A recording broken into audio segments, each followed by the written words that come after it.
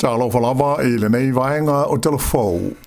O lea songa fua nafi na si iti ai le tau o le swau o I maketi wha le vāo mā lo. Ua so le tūlanga ma le oso fa ia o wa swau o I le vai nuu o le Strait of Hormuz, le ua wha apopoli nai le lalangi, I le ono wha umi o na tāpunia o le nei ala maa, e whe laua ia I se vaenga tele o le swau o e mana o mia, e le lalangi a toa.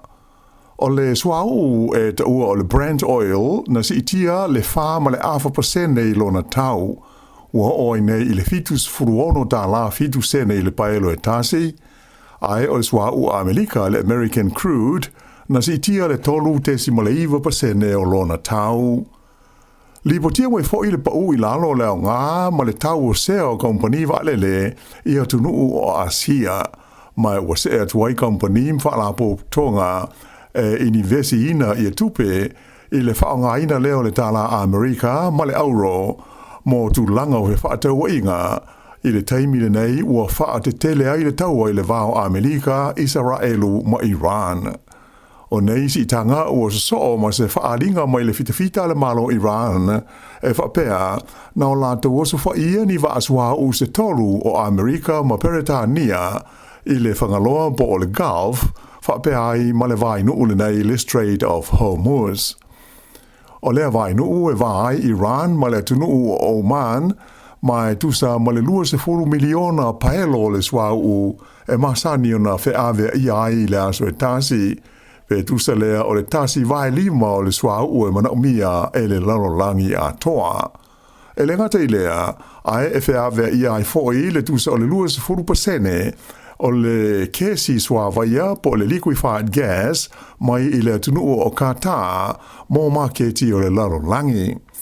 O se lipoti le Reuters na ta o mai ai whapea a whai e le vave maua se file mu I le taua o tu lai mai nei I le vaenga o le lalolangi e mauti noa lava o le a taunga tā ma si tia maurunga ai le tau o le pensini ma le swau I maketi whaaleva o malo. E New Zealand nei e au pito I mawhatia maonga a fianga o tangata Pasifika ona o sori ngā tula whono mamafa e au fia I Sāmoanga a e whapea I fo I male tō tele o tamoiti o lo ola I se si o manga ma se o langa mativa ma le tango lima. Ua manino le tūlanga I ni poti se lua na wha asalalawina whalawa I tele le vai aso ua tuana ai atu nei. Mua o le lipoti whaapitoa le Salvation Army I le tūlanga o ao le soifuanga o le tino o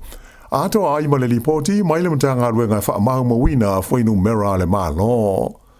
E le ngata I tūlanga e ua whaaria fo I nei lipoti o tangata Pasifika e au pito I maua lalo le fua o lato tongi ma tupe maua mai ngā ruenga o loo iai whaatusa lea I isi tangata ma lanu mga ngana ese I te tonu o New Zealand atoa. E lata I le tasi vai lima o tamaiti Pasifika umai New Zealand sa ola I se tūlanga mativa I le tausanga ua tuana I atu nei e tusa o le lipoti mai le ofisa whainu mela whaamau mawina le malo. I le tūlanga o te tele e le ai ase swinga tele na iai pe na mai tawina talu mai le tausanga I lua afes furuiva.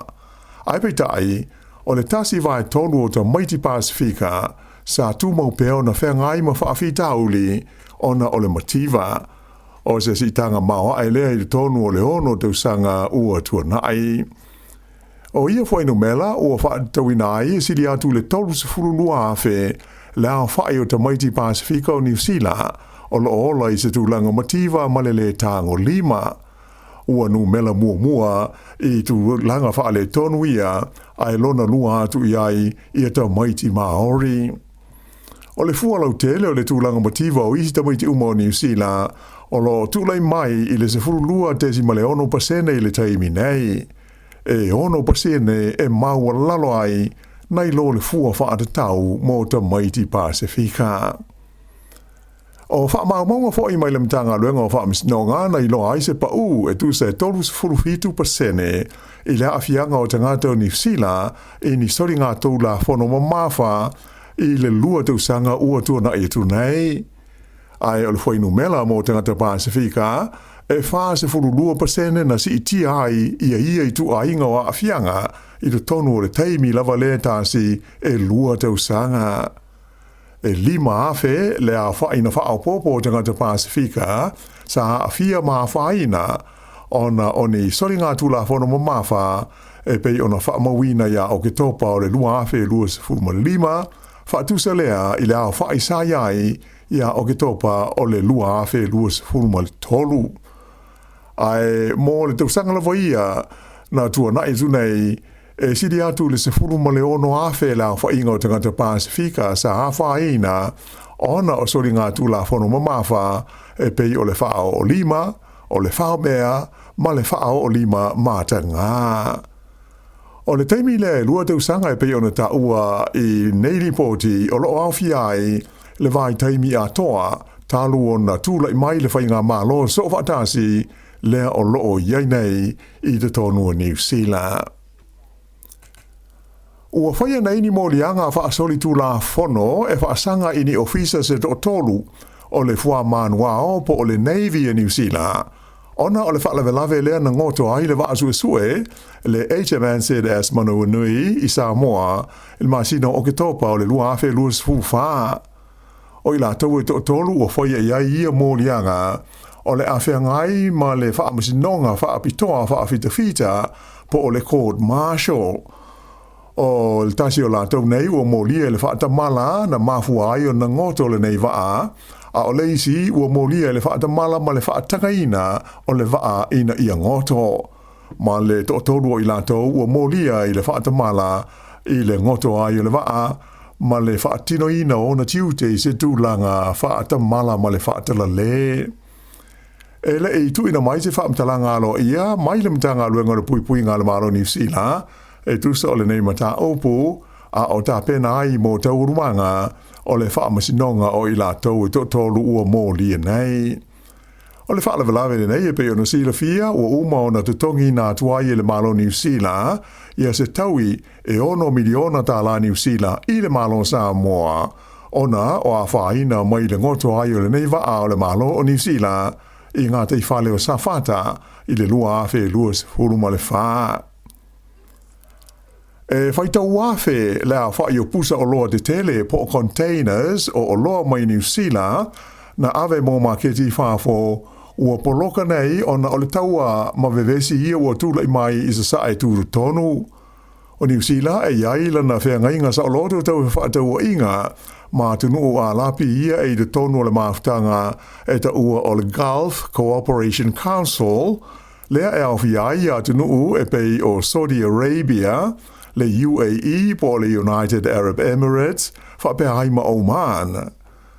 O le tausanga lea na whae wina ia iunia le tausanga taruai lua o lua lima e tusa e tolu tesi ma le tasi piliona tala le taua whae o loa New Zealand sa whaatawina atu ia atu nuu mai tele lava i o loa ngau sia mai le susu a e whapea ai fo ia ano o manfasi a toa mafuala au aina.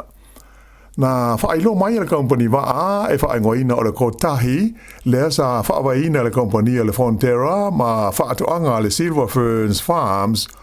o loo ngā lulua nei ma la tau paanga i whafo i nisi a wala ma nisi whainga e ma whaiaio na wawe taunu atu i maketi sa sae tūtu tonu ia o loa nei a New Zealand ua poloka ona o le taua. Whaelo mai le whaatonu o le company o Emma Parsons ua tāwhia nei whea malanga i ngā company waa uma e ui atu o lātou waa i le vai nuu o le Strait of Hormuz ona o le taua i Iran. Ai tūsa ma le whaafe le a whai o containers o loa e ta iluas furufutu le te tele a le kotahi e mo'omia ona ui atu ai i le vai nuu. Whai lo mai fo i le sosi ma kompania a fia i la tinae o a ano monfasi le Meat Industry Association a New Zealand. E toi titi lava o uta uma o ano manufasi mo le Gulf Cooperation Council e te tau na ui atu i le vai nuule nei le Strait of Hormuz.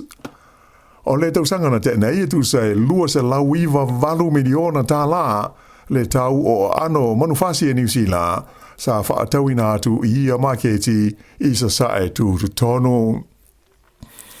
E lua ni malanga whaatulanga ina le company vaa o le Blue Bridge sa tau fia le ima whai o na whaia I la songa fua ona o le so-so o le Sami le vai nuu o le Cook Strait. Na maro ia le ofisa le tau le o atu I le 4 mita le maurulunga o auma ma matangi malolosi o I le 20 kilomita I le tūla. O malanga e lua le Blue Bridge sa afia o le malanga o le afa o le tasi le wauli mai Wellington ma le malanga o le lua mai I Picton le iai se fuafuanga a le kompania le Kiwi Rail e tau fia nisi o na malanga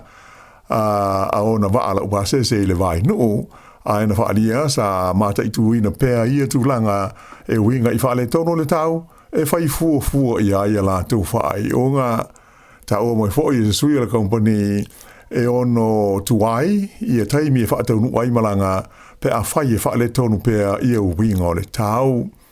Ai le lau mua I Wellington sa tau fia fo I malanga waa I le vao Eastbourne ma Wellington I le tai aole songa fua nafi ona o tu langa lo wao le Sami ma le malo losi o matangi. Ua so ena I leo tangata na o latou sei ia ma whaapapa ia pao ni taamale se tolu o le whalamai po o ni ambulances e se oso whainga na lipotia mai au kilani saute le whae unga le vai aso ua mawai atu nei. Whailo wai leo e whapea e iai tangata na o latou oso whaia le nofuanga tu tonu o le hato hone St. John's I le ai o Manukau I le po o le asto nai ma o latou whaapapai nai pa au e 5 o ni taamale le whalamai se tolu na paka ai to tonu o le lotoa. Whaero mai le lisa tini le leo sinia o Ralph Bircher o ni amionga matautia ia I tu a ingo whainga ele ngata ina whaalenga ina ia mea to tino au ngā ai te le lava la whaina ia le sui fuo tangata e mo mia se viso swani se whaalawe lave e ono tula I mai.